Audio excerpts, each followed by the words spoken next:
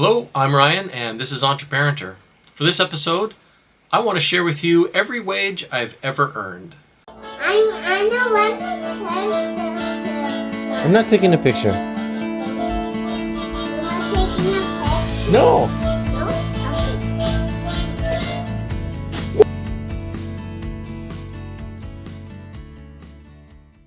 No?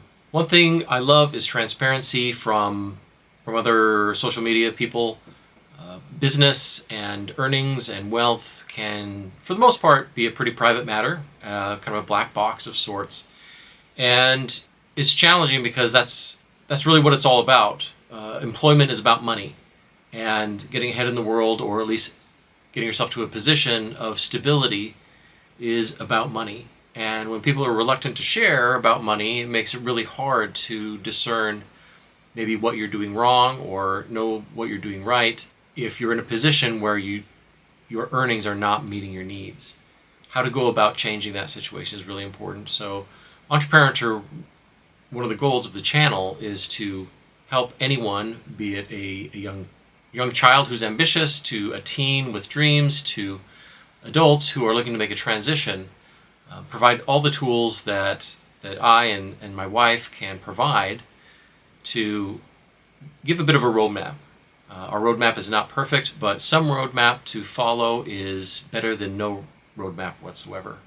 So in the interest of helping you, or providing you a tool, maybe not even the best tool, but a tool, I will be sharing every wage I've ever earned.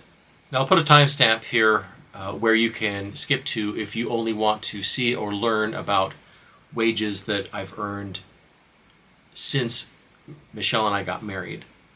You can look at adult-only wages, but I'm going to start off with sharing every wage I've ever earned, beginning with 1984 when I was 6 years old and picking raspberries. Okay, so in 1986, I had the chance to pick raspberries with my older sisters. I have 3 older sisters. And the neighbor down the road had a commercially sized raspberry patch, and they needed help harvesting those. And so the going rate, and what was cool about this job was it was a piece rate. It was not by the hour, it was by production, as a lot of agriculture is. And that's great because production-based compensation is way better than time-based compensation. We'll make a video about that here very soon. But I was 6 years old, and first real job getting paid by a third party. And expectations were low, for sure. Not my expectations, but expectations for me were low, and rightfully so. And I got to tell you, that was probably the 2 longest hours of my life, and that's how long it took. The piece rate was based on filling what's called a flat. And a flat is, I believe, 1 dozen 1-pint containers. So a 3 by 4 unit flat that has a dozen pints in it. And it took me a long time. Picking raspberries is miserable. There's thorns, and when you're 6, you're short, and you have stumpy arms and short legs, and it was a bit challenging. But what's interesting is I thought I had it full. I thought I'd done well, and the owners, they weighed it and looked at it, and they gave me, instead of the full $4 for the flat, they gave me $3.25.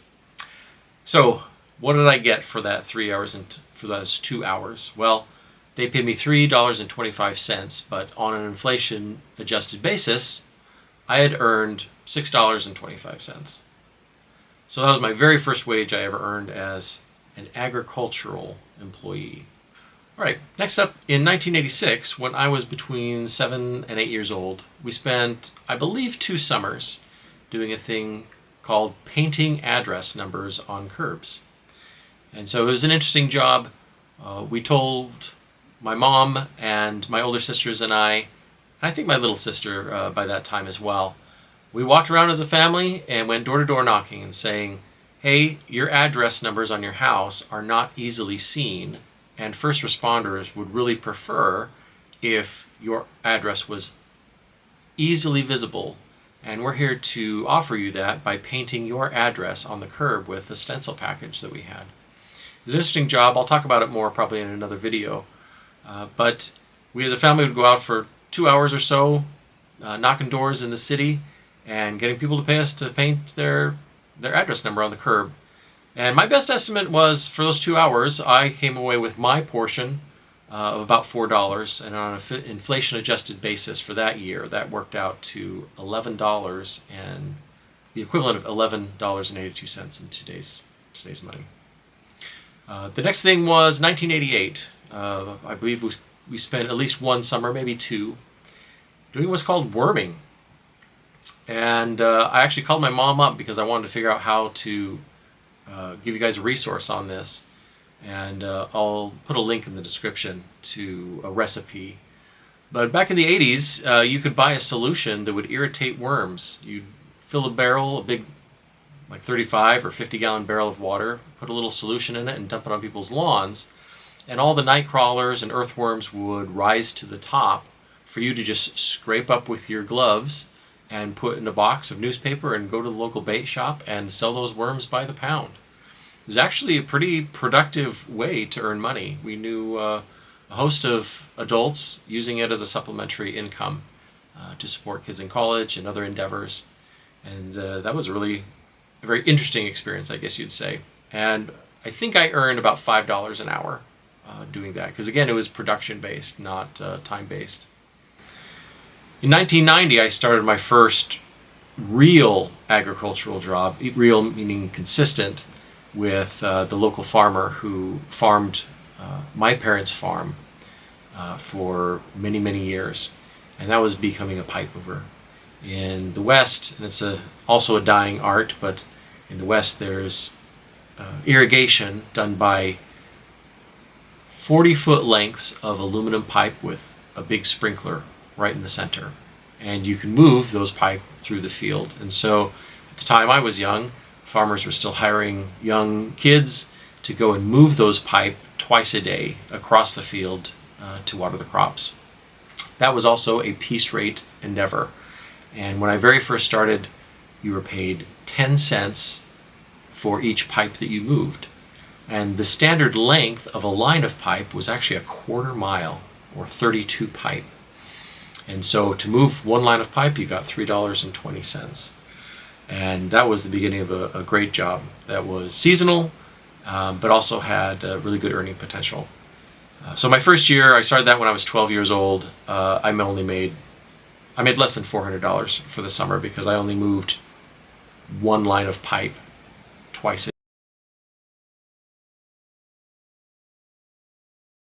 day. Still kind of a little kid, although I was bigger than most of the kids. It's it's not the easiest of work, so that started out slow. But as I got bigger, I was able to earn more and more and more. And so I'll put the totals up on the screen. But as far as a daily rate, my first year doing that when I was 12 in 1990, I was earning $9.60 a day. So for year two, I was earning about $15 a day. The third year I was doing it, I was earning about $23 a day. The fourth year I was doing it, puberty would finally hit in, and got some muscle on my bones, so that went up to earning $54 a day. And then my final year of moving pipe in 1994, that was the summer between my sophomore and sophomore and junior years of high school, I was earning $62.40 a day, moving 7 lines in the morning and 6 lines at night at 13 cents per pipe. In nominal terms, I was earning about $10.40 an hour, but in inflation-adjusted terms, in today's dollars, that came to $22.74 an hour, which there are new graduates from college that aren't offered that level of money. So it was a really good job if you wanted to put forth some real physical effort. I then took a year off, or a summer off, between my junior and senior year to make sure I got as much youth in before youth was no longer an option. But then after I graduated from high school, I went down to Utah to work for an uncle of mine at his repair shop. It was called the Mending Shed. And I believe he paid me $7.50 an hour for that. And I worked that my whole freshman year. I was down at college. And then I served a mission for my church. It was 2 years. and that's an unpaid endeavor, so no earnings for a good while. So in the spring of 1999, I completed my mission, arrived back home in May, and my next job was with a land surveying crew with an old high school buddy of my dad's. He was a civil engineer and got a big contract up in Island Park, Idaho, and he needed bodies, and that worked well for me. Paid me about $8.50 an hour on that, and that was a pretty good gig. I earned something like $4,500, maybe $48 that summer, so it was good money at the time, and that enabled me to sell my motorcycle and sell a little Isuzu pickup truck I had, and trade those up with that cash into a Jeep Cherokee. And I was able to forego needing to have a job that first semester back into college. I knew there was some acclimating to do, and there were some other things I wanted to do there. And in January, for the second semester back, I began working again, and I got a job with the grounds crew at the college. Growing up on a farm and whatnot, I had experience with small engines and small engine repair, and they found that valuable. So that wage there was $8.50 to start with, and then I worked there for about 2.5 years. I think my ending wage there, I believe, was $9.25 or $9.50 an hour. In the middle of working at the small engine repair place on campus, I did get an internship with Walmart Information Systems. At the time, I was majoring in information systems within the business school. I was really interested in IT, and so I had applied with them and had gotten the offer. There's an interesting story there that I'll share in a different video, but it felt like a gold mine. So they offered $10.50 to an undergrad intern per hour, and for the IT department specifically, the requirement was to work 45 hours a week. So my wife Michelle and I, we headed down to Bentonville, Arkansas, to Walmart's headquarters, and I worked in again the IT department, helping facilitate the satellite downloads and installation of Walmart TV, which was a thing when they had actual television sets hanging from the ceiling in virtually every department, playing advertisements, essentially. And it was my job to ping the servers that made that run. So for that, I got $10.50 and a really good experience. Then after college, my first job out of college was in real estate, because by then I had pivoted out of IT and was real excited about real estate. And so I managed to get a job with a guy out of Madison, Wisconsin, which is where I live to this day.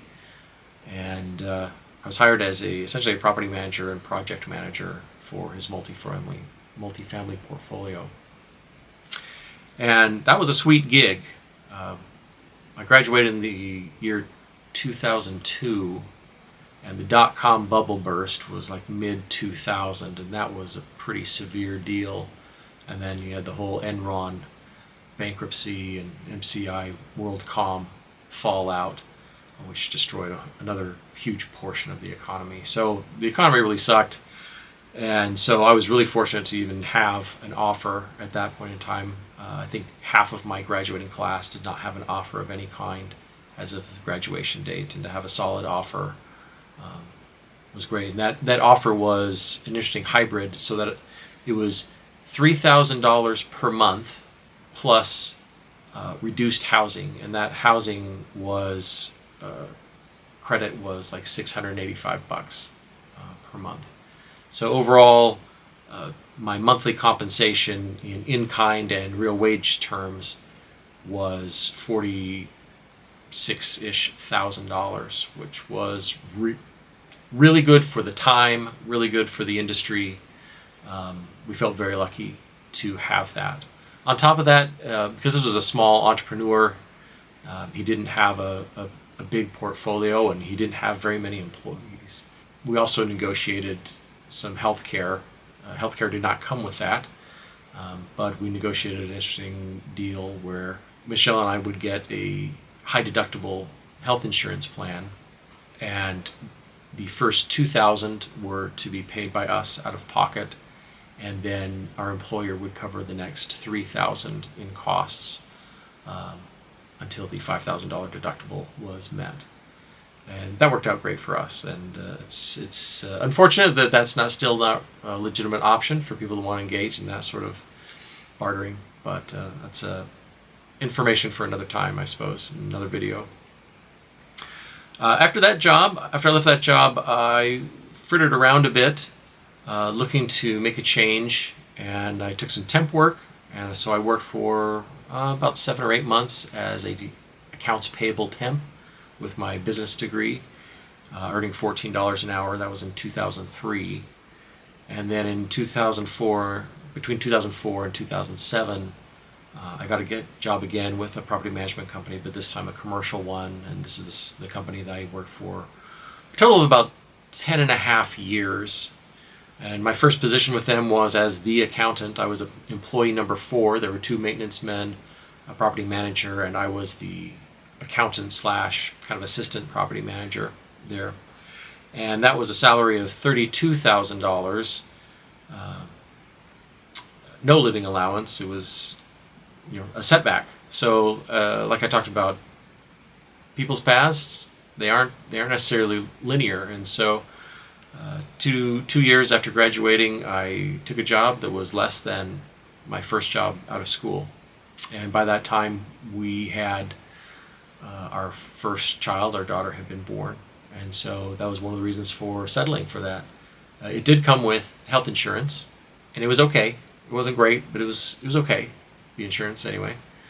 But $32,000, and my wife was staying home with her and raising her at the time. So I worked there between 2004 and 2007, and then in 2007, I felt I had learned everything I could about helping buildings not fall down to the ground, and so it was time to move on. I was really interested in wind power and potentially some other things, and so I applied to various MBA programs. I went to the full-time MBA program at UW-Madison in Wisconsin, and as an MBA student there, within the entrepreneurship specialization, I received a project assistantship, and I'm not sure why, other than perhaps pity. I don't even know if I had to apply. I think they just asked me if I wanted it, and I said yes. And the project assistantship consisted of a stipend, a small stipend, but then university-level health insurance for your whole family. So that was a huge win. That was very nice to have. I don't remember what the stipend was. It was like $2,000 for the semester, and all that was required of me it wasn't much. I wrote a couple of white papers, research projects sort of things, and helped one of the advisors put together private equity buyout sort of calculations for some templates for some class work projects he wanted to have done. The second half of the MBA program, where we had an internship, I did an internship at Land's End.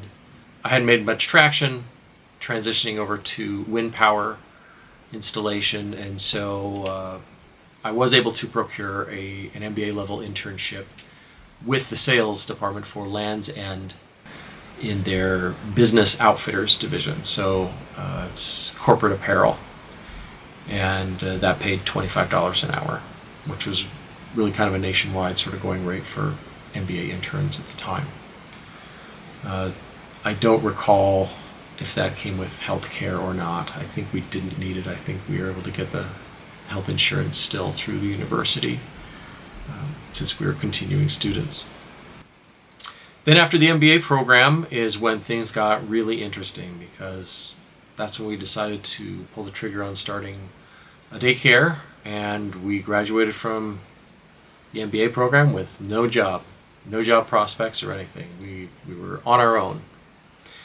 And so I did do a little bit of consulting or contract work with my previous employer for that accounting department.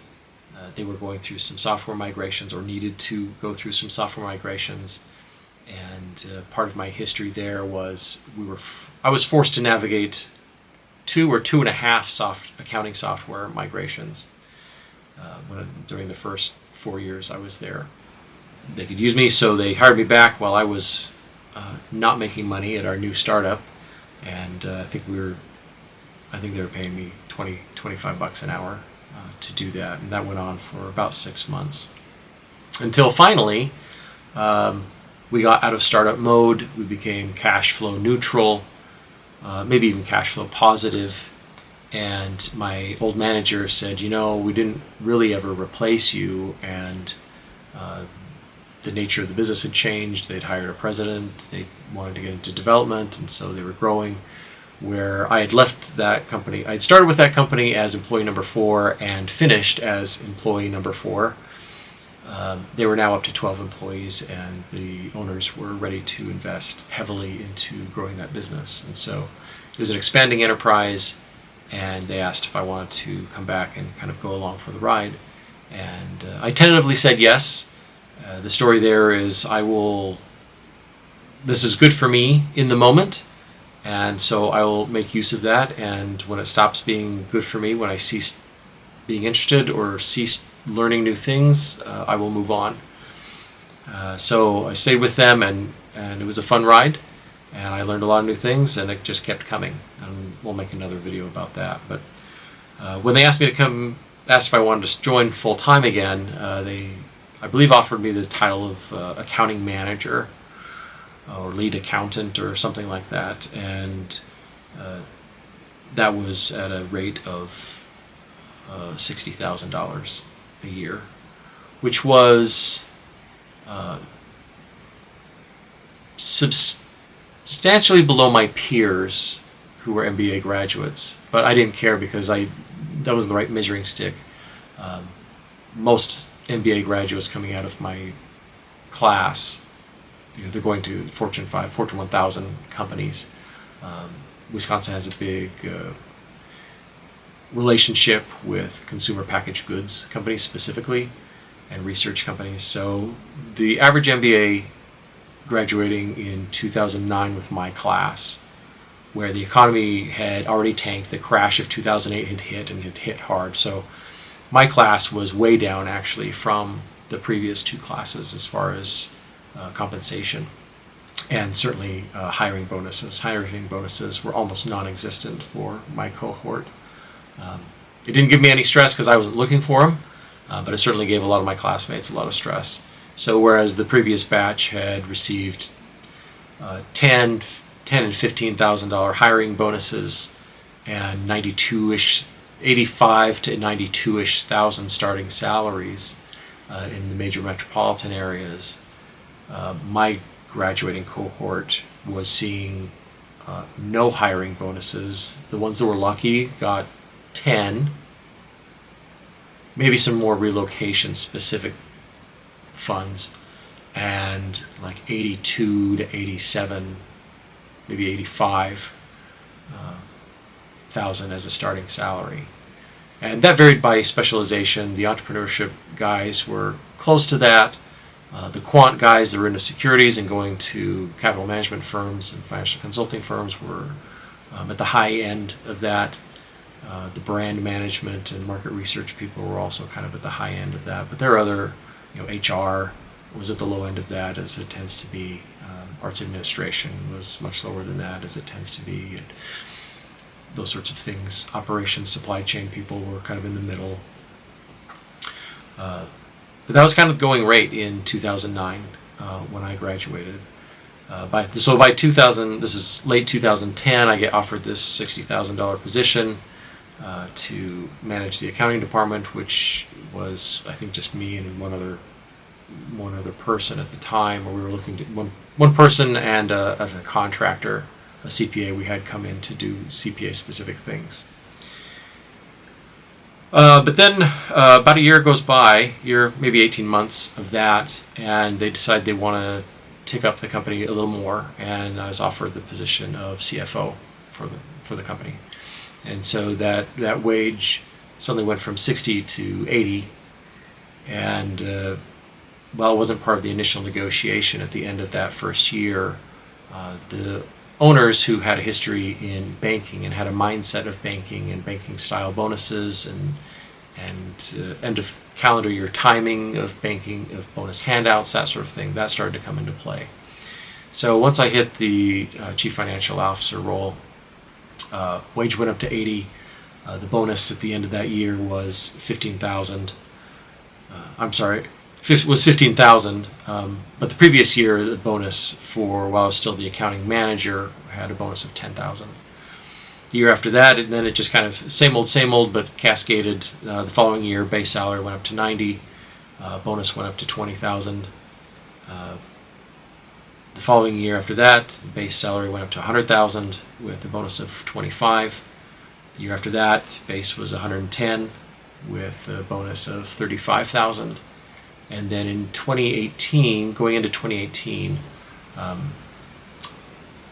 then I made the decision to retire from that company to go and work for our Culture Kids, for our daycare, which we had owned for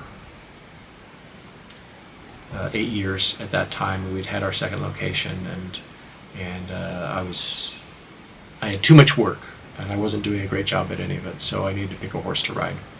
And so in that year, my base was 115,000, and the anticipated bonus was 40,000. Now I never did get that 40,000 because I didn't stay through the end of the year, but that was the rate that was going on when I left my last working for someone else type of job. So there you have it. There's every wage I've ever worked for somebody else. I hope that's been helpful to at least get a sense of what one adult life's trajectory has been. Again, it's been full of ups and downs. Not every step has been a step forward. But if that can help give you clarity in your own life planning, or maybe make you feel better that someone else has performed worse than you, I hope that helps you.